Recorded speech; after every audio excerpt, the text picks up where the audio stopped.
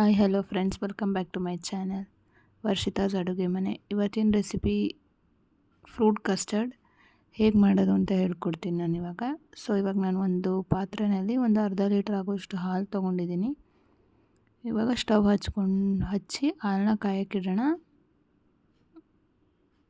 ಹಾಲು ನಾನಿಲ್ಲಿ ಗಟ್ಟಿ ಹಾಲು ತೊಗೊಂಡಿದ್ದೀನಿ. ನೀವು ಯಾವ ಥರದ್ದಾದರೂ ತೊಗೋಬೋದು. ಗಟ್ಟಿ ಹಾಲು ತೊಗೊಂಡ್ರೆ ಸ್ವಲ್ಪ ನೀರು ಹಾಕಿ, ಇಲ್ಲಾಂದರೆ ನೀವು ನಾರ್ಮಲ್ ಯಾವುದಾದ್ರು ಆರೆಂಜ್ ಕಲರ್ ತೊಗೋತೀರ ಅಂದ್ರೂ ಓಕೆ. ಇವಾಗ ನಾನಿಲ್ಲಿ ಒಂದು ಬೌಲಲ್ಲಿ 2 ಸ್ಪೂನ್ ಆಗೋಷ್ಟು ಕಸ್ಟರ್ಡ್ ಪೌಡರ್ ತೊಗೊಂಡಿದ್ದೀನಿ. ಮತ್ತು ಒಂದು ಬೌಲಲ್ಲಿ ಹಾಲು ಇಟ್ಕೊಂಡಿದ್ದೀನಿ. ಹಾಲು ಬಂದು ಹಸಿ ಹಾಲಿದು, ಕಾಯಿಸಿಲ್ದೇ ಇರೋದು. ಕಾಯಿಸಿರೋ ಹಾಲು ಹಾಕಬೇಡಿ. ಕಾಯಿಸಿರೋ ಹಾಲು ಹಾಕಿದ್ರೆ ಅದು ಗಂಟಾಗಿಬಿಡುತ್ತೆ.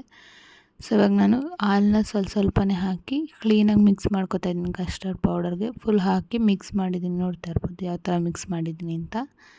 ಇವಾಗ ಹಾಲು ಕಾದ ಮೇಲೆ ಒಂದು 7ರಿಂದ 8 ನಿಮಿಷ ಆಗುತ್ತೆ ಕಾಯಲಿಕ್ಕೆ. ಕಾದಾದಮೇಲೆ ನಾನಿವಾಗ ಹಾಲಿಗೆ ನಾನು ಕಸ್ಟರ್ಡ್ ಮಿಕ್ಸ್ಚರ್ ಏನಿತ್ತು ಅದನ್ನು ಹಾಕ್ಕೋತಾ ಇದ್ದೀನಿ. ಅದನ್ನು ಹಾಕಿ ಮಿಕ್ಸ್ ಮಾಡೋಣ ಚೆನ್ನಾಗಿ. ಮಧ್ಯದಲ್ಲಿ ಮಿಕ್ಸ್ ಮಾಡ್ತಾಯಿರಿ, ಗಟ್ಟಿ ಆಗುತ್ತೆ ಹಾಲು. ಇವಾಗ ಗಟ್ಟಿ ಆಗಿದೆ, ನೋಡ್ತಾ ಇರ್ಬೋದು, ಕುದಿ ಬಂದಿದೆ.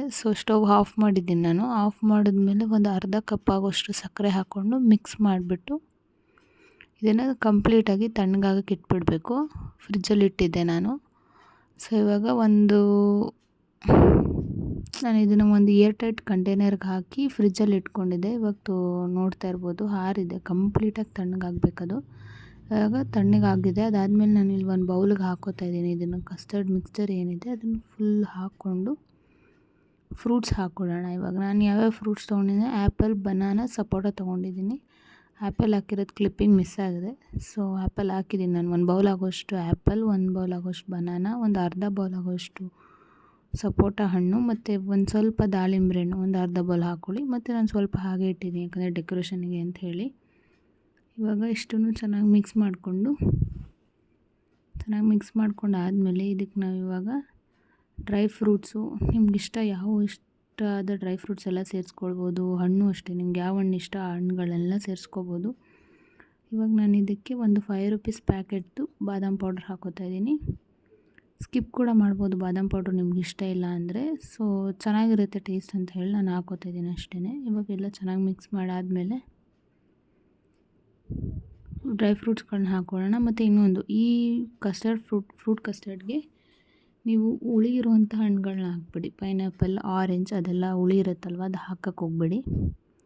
ಇವಾಗ ಡ್ರೈ ಫ್ರೂಟ್ಸ್ಗಳು ನಾನು ಪಿಸ್ತಾ, ದ್ರಾಕ್ಷಿ, ಗೋಡಂಬಿ, ಬಾದಾಮಿ ಎಲ್ಲನೂ ಅಷ್ಟೇ ಸಣ್ಣದಾಗಿ ಕಟ್ ಮಾಡಿ ಇಟ್ಕೊಂಡಿದ್ದೆ ನಾನು. 4 ಥರ ಡ್ರೈ ಫ್ರೂಟ್ಸ್ ಹಾಕ್ತಾಯಿದ್ದೀನಿ. ನೀವು ಇನ್ನೂ ಯಾವುದಾದ್ರೂ ನಿಮ್ಗೆ ಇಷ್ಟ ಇರೋ ಡ್ರೈ ಫ್ರೂಟ್ಸ್ ಎಲ್ಲ ಇದ್ದರೆ ಅದನ್ನು ಹಾಕ್ಕೊಳ್ಬೋದು. ಡ್ರೈ ಫ್ರೂಟ್ಸ್ ಎಲ್ಲ ಹಾಕಿದ್ಮೇಲೆ ಚೆನ್ನಾಗಿ ಮಿಕ್ಸ್ ಮಾಡ್ಕೊಳ್ಳೋಣ. ಇವಾಗ ನೋಡ್ತಾ ಇರ್ಬೋದು ಎಷ್ಟು ಚೆನ್ನಾಗಾಗಿದೆ. ಎಲ್ಲ ಮಿಕ್ಸ್ ಮಾಡಿದ್ಮೇಲೆ ಇದನ್ನು 1 ಅವರ್ ರೆಫ್ರಿಜಿರೇಟ್ ಮಾಡಿ, ಅಂದರೆ ಆಮೇಲೆ ಫ್ರಿಜ್ಜಲ್ಲಿ ಇಟ್ಬಿಟ್ಟು 1 ಅವರು ನೆಕ್ಸ್ಟು ನೀವು ಸರ್ವ್ ಮಾಡ್ಕೊಳ್ಬೋದು. ನೋಡಿ ನಾನಿವಾಗ ಸರ್ವ್ ಮಾಡ್ತಾಯಿದ್ದೀನಿ. ಒಂದು ಬೌಲ್ಗೆ ಆಲ್ರೆಡಿ ಸರ್ವ್ ಮಾಡಿದ್ದೀನಿ. ಇನ್ನೊಂದು ಬೌಲ್ಗೂ ಕೂಡ ನಾನು ಇವಾಗ ಸರ್ವ್ ಮಾಡ್ತಾಯಿದ್ದೀನಿ. ಈ ರೆಸಿಪಿ ನಿಮಗೆ ಇಷ್ಟ ಆಗಿದರೆ ಲೈಕ್ ಮಾಡಿ, ಶೇರ್ ಮಾಡಿ, ಕಮೆಂಟ್ ಮಾಡಿ, ಸಬ್ಸ್ಕ್ರೈಬ್ ಮಾಡ್ಕೊಳ್ಳಿ.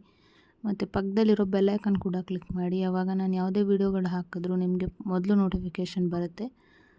ಇವಾಗ ನಾನು ಬೌಲಿಗೆ ಹಾಕಿದ್ಮೇಲೆ ಡ್ರೈ ಫ್ರೂಟ್ಸು, ಗೋಡಂಬಿ ಮತ್ತು ದಾಳಿಂಬೆ ಹಣ್ಣೆಲ್ಲ ಹಾಕಿ ಡೆಕೋರೇಟ್ ಮಾಡ್ತಾಯಿದ್ದೀನಿ.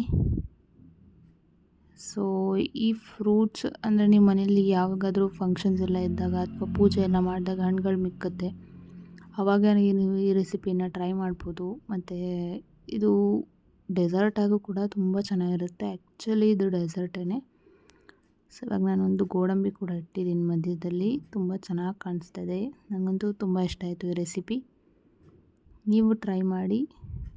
ನಿಮ್ಗೆ ಇಷ್ಟ ಆಗಿದರೆ ಲೈಕ್ ಮಾಡಿ, ಶೇರ್ ಮಾಡಿ, ಕಮೆಂಟ್ ಮಾಡಿ, ಸಬ್ಸ್ಕ್ರೈಬ್ ಮಾಡಿ, ಈ ವಿಡಿಯೋನ ಲೈಕ್ ಮಾಡಿ. Thank you friends.